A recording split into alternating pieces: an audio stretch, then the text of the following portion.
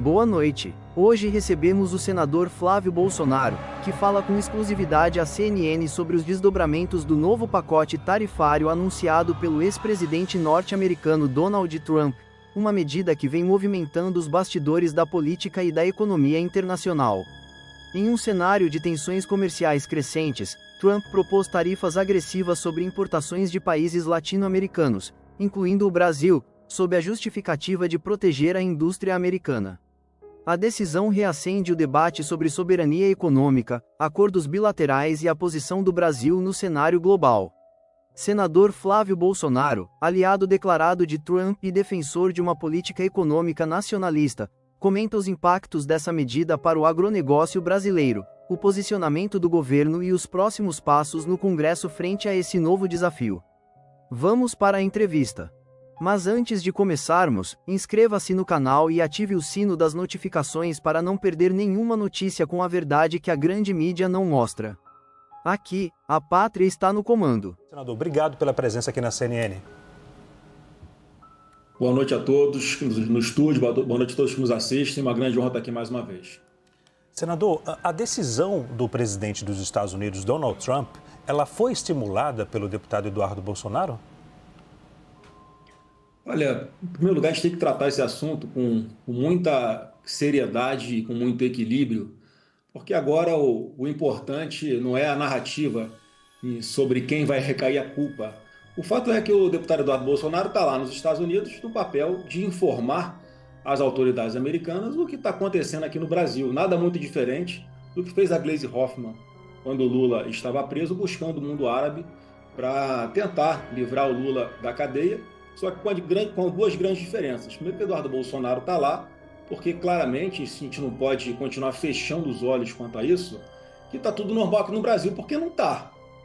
A gente está percebendo claramente, qualquer pessoa que faz uma análise com isenção sabe que não está tudo normal no Brasil, que há uma perseguição política, um ativismo judicial aqui muito grande, rasgando-se a Constituição e a legislação eleitoral. E naquela época, a Gleisi foi para lá e não teve sucesso. E essa é a segunda diferença, que o Eduardo Bolsonaro está nos Estados Unidos, e é natural quando você não encontra mais caminhos, mais ambiente para você recorrer dentro da lei, dentro da Constituição, aqui dentro do país, que você vá buscar algum auxílio fora do Brasil. E o Eduardo foi muito bem sucedido nisso. Porque o que está em jogo não é apenas a questão do Bolsonaro, é algo muito maior.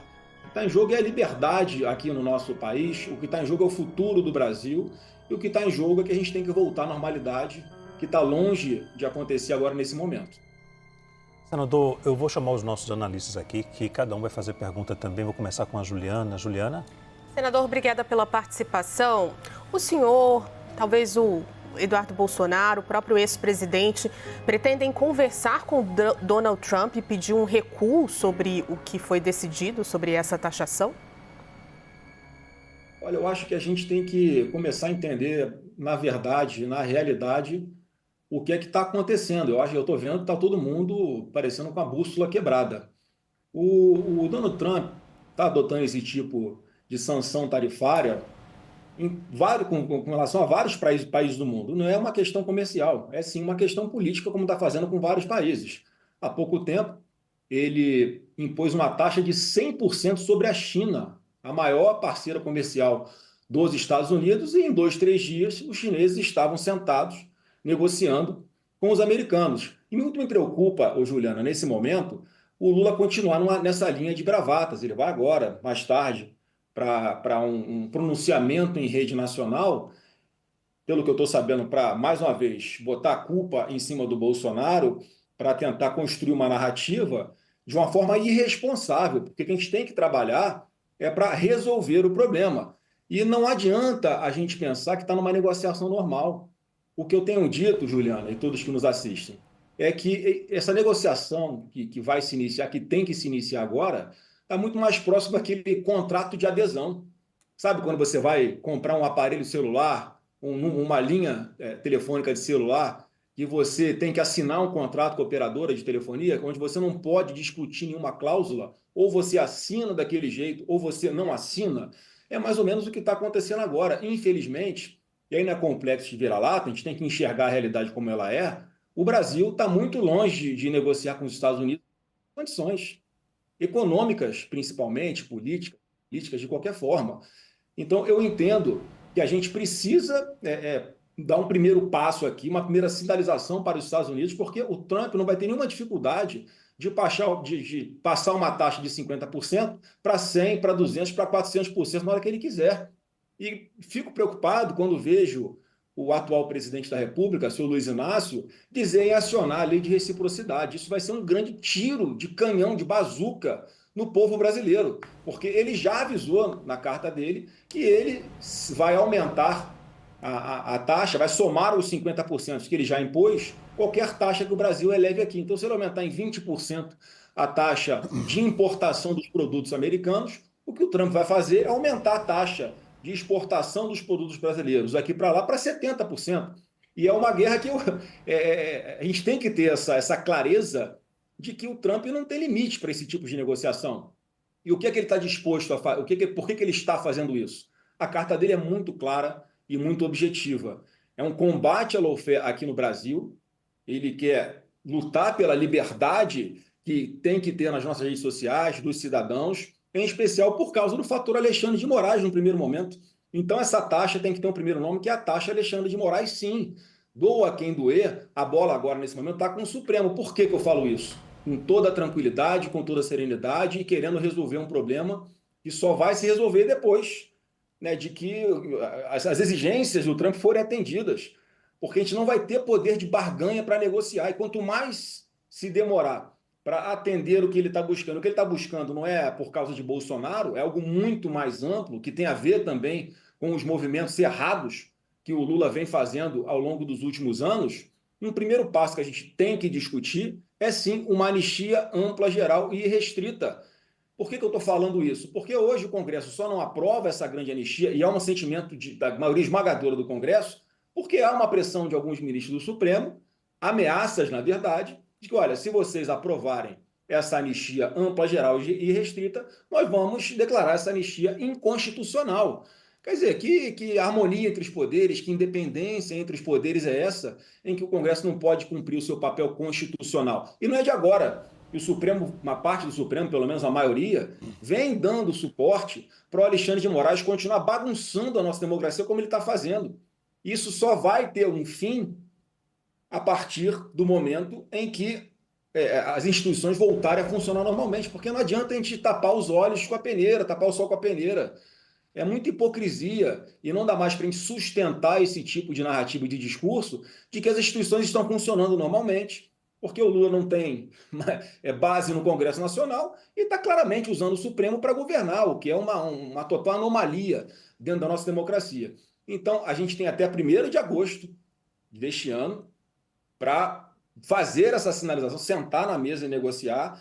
E, na minha percepção, a primeira coisa que a gente tem que botar na mesa é o Congresso Nacional fazer a sua parte. Aprovar na semana que vem essa anistia ampla, geral e restrita para mostrar que o Brasil está disposto a voltar a alguma normalidade. Caso contrário, no meu ponto de vista, não é com felicidade que eu falo isso, mas é um fato, é a realidade, o Trump vai estar disposto a aumentar as tarifas, as taxas contra o Brasil até a estratosfera. E por que ele faz isso? Faz para colocar, obviamente, todos os setores que estão dando suporte hoje para isso, para esse tipo de sistema que nós temos aqui no Brasil hoje, que está muito longe de ser uma democracia, para que eles pressionem, sim, o próprio Supremo Tribunal Federal para que eles voltem à razão, parem de continuar dando suporte para Alexandre de Moraes continuar fazendo o que ele está fazendo, perseguindo todo mundo, atropelando lei, atropelando Constituição, botando na cadeia gente inocente, tomando decisões que interferem em outros poderes.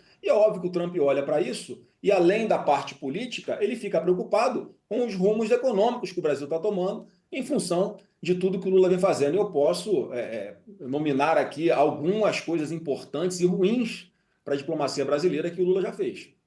Antes de passar para o Pedro, já que o senhor falou sobre a questão da anistia, eu apurei mais cedo, com fontes não só aqui no Brasil, mas lá nos Estados Unidos também, e a frase que eu ouvi foi que o projeto da anistia seria a condição número 1 para poder rever ou até colocar fim na taxação, no tarifaço do presidente dos Estados Unidos.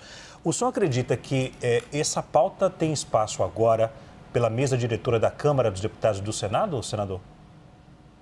Olha, se a partir do momento em que não houver mais a ameaça por parte de alguns ministros do Supremo a essa matéria, está resolvido o assunto. Eu te garanto que aprova na semana que vem essa anistia ampla, geral e restrita.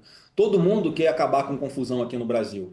E a consequência de tanto tempo de se insistir em negar essas pautas, parece que há uma vaidade, um ego, um orgulho de dizer assim, olha, quem manda no Brasil sou eu aqui, o meu pessoal do Supremo, e entubem. Eu acho que agora a gente vai ter que entubar. Infelizmente, em função dessa política completamente desastrosa internacional que o Lula faz, se aproximando de ditaduras, nas eleições americanas ainda, o Lula dizendo que se o Trump vencesse seria uma espécie de nazismo com uma nova cara, navios iranianos atracando aqui no Brasil, com qual objetivo? Logo na sequência, os Estados Unidos vão e desmobilizam toda a estrutura de preparação e fabricação de bombas nucleares lá no Irã, a Janja mandando um fuck you, Elon Musk, enfim, o Lula fazendo gestos para o Hamas na guerra contra Israel, o Lula fazendo afagos à Rússia na guerra contra a Ucrânia, mandando o Geraldo Alckmin, o vice-presidente da República, ir representar o Brasil na posse do novo ditador do Irã, diga-se de passagem, também já eliminado pelas forças israelenses. Então o Lula jogou o Brasil para o colo de uma parte do mundo que é tudo que a gente abomina, onde não há liberdade, onde não há respeito às mulheres, onde não há respeito aos homossexuais, todos os direitos humanos são desrespeitados e a gente está abrindo mão, ou melhor, o Lula está atacando a maior democracia do mundo a troco de quê? Por questões ideológicas. Isso nunca foi a tradição da nossa diplomacia, sempre foi buscar uma maior neutralidade. Então, essa taxação que o Brasil vem sofrendo, apesar de haver essa narrativa, toda essa força da extrema esquerda brasileira, de nas redes sociais dizer que a culpa é do Bolsonaro, que a culpa é do Eduardo Bolsonaro, não. O presidente do Brasil é o Lula há 2 anos e meio. O Bolsonaro não tem nada a ver com isso. Agora, o Trump resolveu olhar para o Brasil dessa forma agora e pragmaticamente, na prática, o que é que nós temos de poder de barganha? Acho que vai adiantar o Lula agora ir para a rede nacional e dizer que se houver necessidade, vai utilizar a lei da reciprocidade. Olha, já está escrito o que vai acontecer. Ele vai prejudicar ainda mais todos os produtores brasileiros, empresários brasileiros. Então fica aqui o meu apelo para que todos busquem sim o Supremo Tribunal Federal, que neste momento está com a bola, para que pare de ameaçar o Congresso, para que o Congresso aprove a anistia. Passado esse ponto, que eu acho que não há dificuldade, não faltarão votos nem na Câmara e nem no Senado Federal, para se aprovar isso, nós vamos continuar seguindo a negociação, porque eu acho que o presidente Trump não vai parar por aí. E nós não temos escolha, infelizmente a realidade é essa. Nós não temos escolha. Ou, como eu disse, é um contrato de adesão. Ou nós vamos fazer cumprir isso que está sendo colocado na mesa por parte do Trump, ou nós só vamos postergar o tempo de sofrimento a nós aqui brasileiros com taxas altamente elevadas que, sem dúvida alguma, vão ter um impacto gigantesco na nossa economia. Vou passar agora para o nosso analista Pedro Venceslau. Pedro. Boa noite, senador. Senador, quando o senhor coloca como condição para o fim, para evitar essa tarifa, a votação da anistia no Congresso Nacional, isso não pode soar como uma chantagem de um país sobre outro país, algo que pode invadir a soberania nacional do Brasil? E também aproveitando 2 perguntas em uma. O senhor mesmo disse que a taxa Alexandre de Moraes, o Donald Trump citou o caso no STF, mas o Lula está sendo apontado como culpado. A ideia é o quê? Que o Lula interrompa a ação penal? Não, em primeiro lugar, chame do que quiser, se é uma interferência. Eu estou falando que é uma realidade. Como é que sai dessa enrascada agora? A gente vai continuar com o nosso orgulho, né? Somos brasileiros, todos nós temos orgulho de ser brasileiros. Mas como é que resolve essa situação? Se você olhar para a Segunda Guerra Mundial, o que os Estados Unidos fez com o Japão? Lança uma bomba atômica em Hiroshima para demonstrar força. Qual foi a reação do Japão naquela época? Falou, olha, nós aqui somos patriotas, isso é uma interferência dos Estados Unidos aqui no nosso país, vamos resistir, fora Yankees. Qual foi a consequência 3 dias depois? Uma segunda bomba atômica em Nagasaki, para aí depois, sim, haver, no dia 16 de agosto de 1945, portanto, 2 semanas depois da primeira bomba, haver uma rendição formal por parte do Japão. Então, essa situação tem que ser encarada como uma negociação de guerra, assim, onde nós não estamos em condições normais, nós não estamos em condições de exigir nada por parte do governo Trump. Ele vai fazer o que ele quiser, independente da nossa vontade. Cabe a nós termos a responsabilidade de evitar que caiam 2 bombas atômicas aqui no Brasil, para depois nós anunciarmos que vamos fazer anistia, para depois nós anunciarmos, que eu acho que é uma segunda coisa que ele vai querer também colocar na mesa de negociação, porque é o que está na carta dele, que é a questão da liberdade de expressão nas redes sociais, e sabe-se lá quais vão ser os outros fatores que ele também vai colocar na mesa. E se quanto mais nós resistirmos, nós vamos resistir bravamente, maravilha, vamos bater palmas. Agora, a consequência vai ser um aumento de taxas, vai ser a imposição de sanções a alguns CPFs aqui no Brasil, que já vem sendo anunciadas, inclusive, por algumas autoridades do governo americano, na chamada Lei Magnitsky, que simplesmente faz um cancelamento financeiro de uma pessoa, de uma empresa em todo o mundo, o que é algo muito grave, a pessoa vira realmente um par internacional.